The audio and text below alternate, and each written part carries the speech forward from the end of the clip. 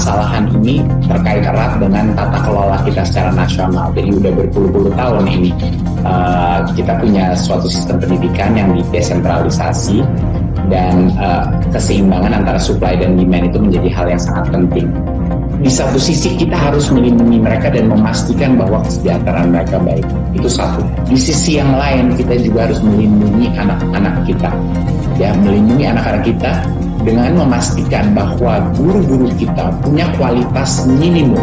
Bukan kualitas maksimum, punya kualitas minimum yang layak untuk menjadi guru ASN sempurna. Dan kami menyadari mungkin kami harus masalah lebih gencar lagi, apalagi di daerah-daerah pelosok untuk melakukannya. Tapi tanpa keterlibatan Pemda, tanpa dukungan Pemda akan sangat sulit kita untuk masuk ke daerah pelosok. Jadinya ini adalah program yang belum pernah terjadi gitu loh dalam 10 tahun terakhir gitu.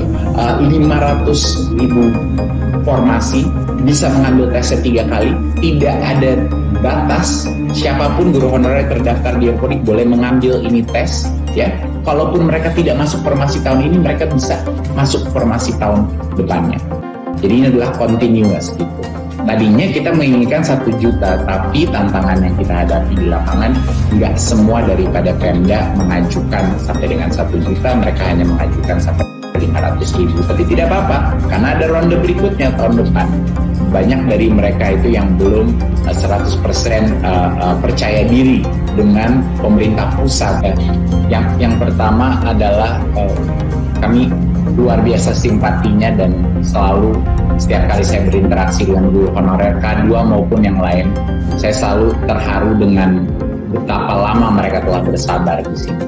Makanya ini adalah pekerjaan rumah besar untuk Kemendikbud untuk mengakselerasi program ini. Makanya kita tahun ini fokus 100% untuk mensukseskan program yang udah ada, P3K. Inilah makanya mungkin pesan saya adalah belum pernah ini ada kesempatan semua guru honorer bisa masuk proses seleksi. Mungkin sebagai penutup, saya mungkin ada beberapa pesan ya untuk beberapa jenjang atau level. Jadi yang pertama adalah untuk Pemda. Untuk Pemda, pesan saya adalah sudah ada 500.000 formasi yang dikeluarkan oleh berbagai macam Pemda. Jadi bagi yang belum mengeluarkan formasi, yakini saja bahwa daerah-daerah yang mengajukan formasi tidak akan mungkin mengajukan formasi tanpa adanya kesiapan anggaran dari pusat. Itu tidak mungkin.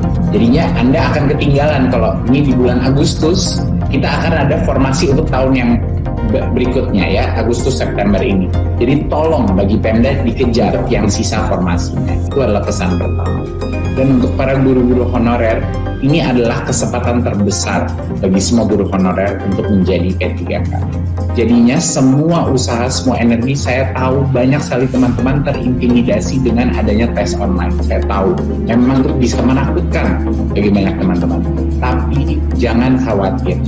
Kita bisa mengambil tesnya pun kalau gagal pertama kali bisa 3 kali mengambil tesnya.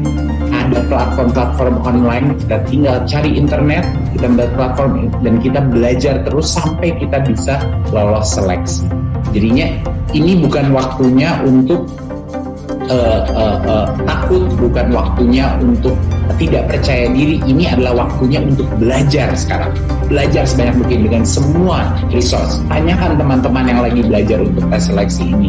Pergilah online mencari berbagai macam sumber daya pembelajaran yang sudah kita sediakan. Ikuti, lanjutkan modul-modul itu. Langsung percaya diri bahwa kalau kita yakin bagi guru yang termotivasi, guru yang mau belajar, dia pasti akan bisa lolos tes seleksi ini. Karena ini bukan tes maksimum, ini adalah tes minimum kompetensi. Jadi kemauan dan motivasi guru untuk belajar itulah sebenarnya yang dites. Gitu. Dia mau nggak? Dia peduli nggak dengan pembelajaran dirinya sampai dia ingin mengikuti pembelajaran ini. Jadi itu pesan saya kepada semua guru honorer. Ini bukan saatnya untuk putus asa, malah ini saatnya untuk bersemangat dan diri untuk tes seleksi. Itu aja pesan saya, karena ini belum pernah terjadi selama 10 tahun terakhir formasi sebesar ini. Peningkatan kapasitas dan kesejahteraan pendidik menjadi perhatian utama kita dalam kebijakan Merdeka Belajar. Kami menyadari betul akan pentingnya peran guru dalam proses transfer pengetahuan. baik dalam hal kompetensi maupun karakter. Sehubungan dengan hal tersebut, guru profesional dengan kompetensi unggul menjadi kunci terlaksananya pendidikan berkualitas. Guru profesional, sebagaimana diatur Undang-Undang Nomor 14 Tahun 2005 tentang guru dan dosen, diwajibkan memiliki kualifikasi minimal S1 atau D4, sertifikasi pendidik, dan menerima pengembangan profesi dan kompetensi sesuai bidang. Ketersediaan dan penjaminan kesejahteraan guru profesional merupakan tugas pemerintah. Namun, perbandingan antara jumlah satuan pendidikan formal dengan ketersediaan guru yang ada saat ini menunjukkan bahwa kita sekarang tengah mengalami kekurangan jumlah pengajar dalam jumlah yang cukup besar. Pemerintah telah menyediakan sekitar 300.000 satuan pendidikan formal. Dengan standar kurikulum yang berlaku saat ini, kita membutuhkan lebih dari 2,2 juta guru.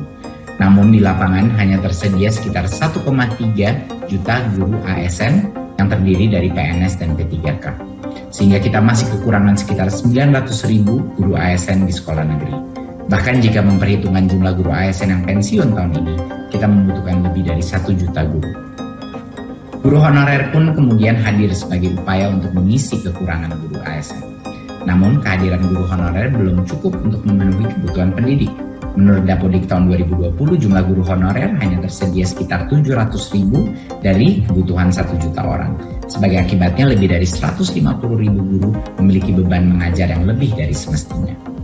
Kami bahkan sempat menemukan kasus ekstrim di Jawa Barat dan Sulawesi Selatan, di mana terdapat SD negeri yang hanya memiliki 1 guru ASN. Guru tersebut pun terpaksa mengajar di 6 kelas berbeda secara bersamaan. Situasi ini jelas-jelas membutuhkan perhatian kita semua agar dapat segera ditangani. Masih berkaitan dengan guru honorer, kesejahteraan mereka merupakan salah satu PR kita.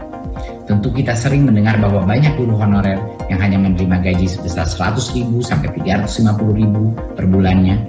Hal itu dikarenakan perbedaan pada kemampuan sekolah untuk menggaji guru honorer. Di samping itu, sekarang tercatat 88% guru non-PNS tidak memiliki sertifikasi, di mana 55% diantaranya merupakan guru honorer di sekolah negeri. Ibu dan Bapak hadirin yang saya hormati, sudah sangat jelas masih banyak pekerjaan yang harus kita kerjakan untuk memperbaiki sistem pendidikan. Dalam hal ini, salah satu upaya Kemendikbudristek untuk mengatasi kekurangan guru ini adalah dengan membuka perekrutan guru ASN P3K. Paling tidak terdapat 3 tantangan yang coba kami tangani melalui program ini. Pertama, perubahan status dari honorer ke ASN P3K akan membawa jaminan kesejahteraan ekonomi bagi guru yang meliputi gaji dan tunjangan profesi.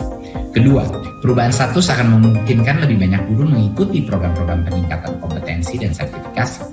Peningkatan kompetensi ini sangat penting untuk jaminan ekonomi dan karir jangka panjang guru, serta kualitas pengajaran yang diterima oleh pelajar Indonesia. Ketiga, program guru ASN P3K juga menjadi alternatif rekrutmen. Berdasarkan Dapodik 2020, 59% guru honorer di sekolah negeri telah berusia lebih dari 35 tahun, sehingga tidak bisa lagi mengikuti ujian seleksi CPNS. Adanya program ini membantu Bapak Ibu guru honorer yang telah mengabdi di sekolahnya selama bertahun-tahun dan sudah melewati batas usia persyaratan ujian seleksi CPNS.